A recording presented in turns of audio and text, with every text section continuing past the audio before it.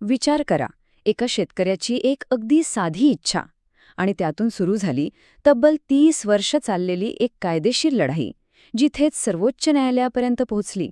एका साध्या मृत्यूपत्रावरून इतकं मोठं वादळ नेमकं कसं काय निर्माण झालं? चला, आज हीच गोष्ट उलगडून पाहूया.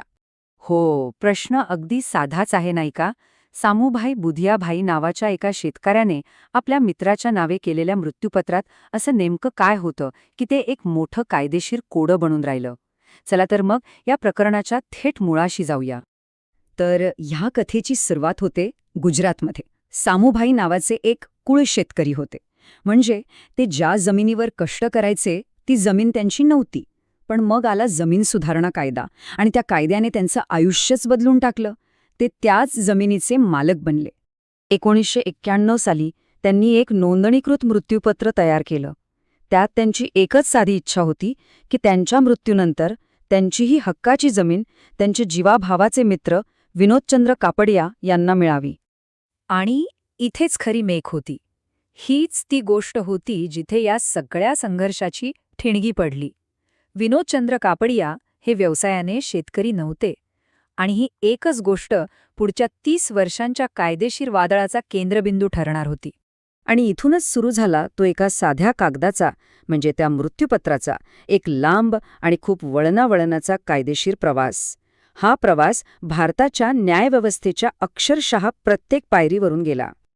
बघा, सुरुवातीला काय झालं, मामलतदार आणि जिल्हाधिकाऱ्यांनी हे मृत्यूपत्र अवैध ठरवलं आणि जमीन थेट सरकारकडे जमा केली. पण जेव्हा हे प्रकरण गुजरात महसूल न्यायाधिकरणाकडे गेलं तेव्हा या कथेला एक जबरदस्त अनपेक्षित ट्विस्ट मिळाला. न्यायाधिकरणाने खालच्या कोर्टाचे सगळे निर्णय रद्द केले आणि निकाल दिला कापड्यांच्या बाजूने. आणि यामुळेच ही लढाई थेट सर्वोच्च न्यायालयाच्या दारात जाऊन पोचली. न्यायाधिकरणाचा युक्तिवाद तसा सोपा होता, पण कायदेशीरदृष्ट्या खूप महत्वाचा होता. त्यांचं म्हणणं होतं की मृत्यूपत्र म्हणजे वारसा हक्क आहे, तो काही दोन जिवंत व्यक्तींमधला व्यवहार किंवा हस्तांतरण नाहीये. आणि ह्या एकाच युक्तिवादाने कापडिया यांना एक मोठा पण तात्पुरता विजय मिळवून दिला आणि एक मोठ्या कायदेशीर चर्चेला सुरुवात झाली. आता ह्या प्रकरणाच्या आणखी खोलात जाण्यासाठी आपल्याला त्या कायद्याचा आत्मा समजून घ्यावा लागेल, ज्याच्यामुळे हा सगळा वाद निर्माण झाला. म्हणजे हा कायदा मुळात बनवलाच का गेला होता, त्याचा सामाजिक आणि ऐतिहासिक संदर्भ काय होता.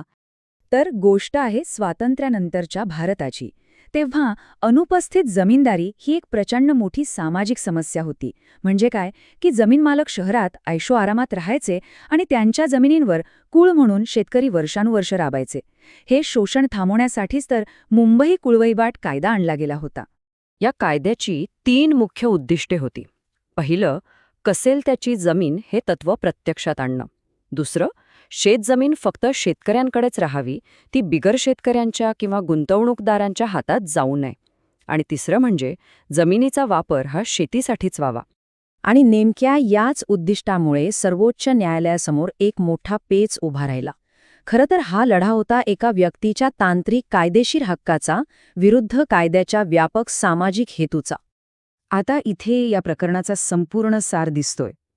एका बाजूला कापडिया यांचा युक्तिवाद आहे की कायद्यानुसार मृत्यूपत्र हे हस्तांतरण नाही. आणि दुसऱ्या बाजूला सरकारचं म्हणणं आहे की जर याला परवानगी दिली तर ज्यासाठी हा कायदा बनवला तो उद्देशच संपून जाईल. सरकारचा युक्तिवाद या एका धारदार प्रश्नामध्ये दडलेला होता. त्यांचं म्हणणं अगदी स्पष्ट होतं की जर कायद्याने समोरचा दरवाजा बंद केला असेल तर मृत्यूपत्राच्या रूपाने मागचा दरवाजा उघडा कसा ठेवता येईल. असं केलं तर अनुपस्थित जमीनदारी परत यायला वेळ लागणार नाही.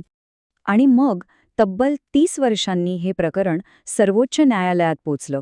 आणि न्यायालयाचा जो निकाल आला तो आश्चर्यकारकपणे कायद्याच्या एका कलमातील केवळ एका शब्दावर अवलंबून होता. या एका शब्दाने संपूर्ण प्रकरणालाच कलाटणी दिली. न्यायालयाचं सगळं लक्ष कायद्याच्या कलम 44 कडे गेलं. हे कलम खास सामूभाईंसारख्या शेतकऱ्यांसाठी होतं, जे या कायद्यामुळे जमिनीचे मालक बनले होते. आणि त्या कलमात लपलेला एक शब्द या प्रकरणाचा केंद्रबिंदू ठरला. तो शब्द होता असाइनमेंट. आता कायद्याच्या भाषेत असाइनमेंटचा अर्थ खूप व्यापक आहे. तो म्हणजे फक्त विक्री किंवा भेटच नाही, तर कोणत्याही मार्गाने कोणत्याही प्रकारे मालमत्तेवरील हक्क दुसऱ्या व्यक्तीला देणं. आणि हाच तो अरे वाह क्षण होता. बघा, कायद्याचं कलम 63 जे सर्वसाधारण जमिनींना लागू होतं, त्यात असाइनमेंट हा शब्द नव्हता. पण कलम 43 मध्ये जे खास कुळांना मिळालेल्या जमिनींसाठी होतं, तिथे हा शब्द जाणीवपूर्वक जोडण्यात आला होता. याचा सरळ अर्थ होता की ह्या जमिनींसाठी कायदा जास्त कडक होता. यावरूनच सर्वोच्च न्यायालयाने आपला अंतिम निष्कर्ष काढला की मृत्यूपत्राद्वारे हक्क देणं हे सुद्धा एक प्रकारचं असाइनमेंट आहे आणि कलम 43 मध्ये असाइनमेंटवर बंदी असल्यामुळे या कायद्याअंतर्गत मिळालेली जमीन मृत्यूपत्राद्वारे बिगर शेतकऱ्याला देता येणार नाही, विषय संपला. न्यायालयाने एक जबरदस्त उपमा वापरली. त्यांच्या मते जर मृत्यूपत्राला यातून सूट दिली तर कलम 44 ओटिओस म्हणजे निरुपयोगी होऊन जाईल. कसं? तर जशी एखादी गाडी आहे पण तिच्यात इंजिनच नाही, मग ती काय कामाची? कायद्याचा हेतूच त्यामुळे संपून जाईल. तर 30 वर्षांच्या या प्रदीर्घ लढाईनंतर अखेर या प्रकरणाचा निकाल लागला. पण या निकालाचे जे परिणाम आहेत आणि त्यातून जी चर्चा सुरू झाली आहे ती आजही तितकीच महत्वाची आहे. या ऐतिहासिक निकालाचे 3 स्पष्ट संदेश आहेत. 1. कुळ कायद्याचे निर्बंध मृत्यूपत्राला सुद्धा लागू होतात. 2. या कायद्यामुळे मालक बनलेला शेतकरी आपली जमीन बिगर शेतकऱ्याला देऊ शकत नाही. आणि सगळ्यात महत्त्वाचं 3. कायद्याचा व्यापक सामाजिक उद्देश हा व्यक्तीच्या स्वातंत्र्यापेक्षा वरचा आहे. यातून एक खूप मोठं तत्त्व अधोरेखित होतं.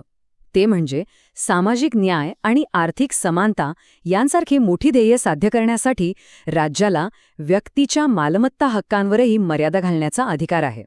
पण या सगळ्याच्या शेवटी एक महत्त्वाचा प्रश्न मात्र उरतोच. 70 वर्षांपूर्वी शेतकऱ्याला शोषणापासून वाचवण्यासाठी बनवलेला हा कायदा आजच्या या बदलत्या जगात त्याच्या प्रगतीच्या आड तर येत नाहीये ना. ज्या कायद्याने काल शेतकऱ्याला संरक्षण दिलं तोच कायदा आज त्याच्या विकासाच्या वाटा तर बंद करत नाही ना. यावर विचार होणं नक्कीच गरजेचं आहे.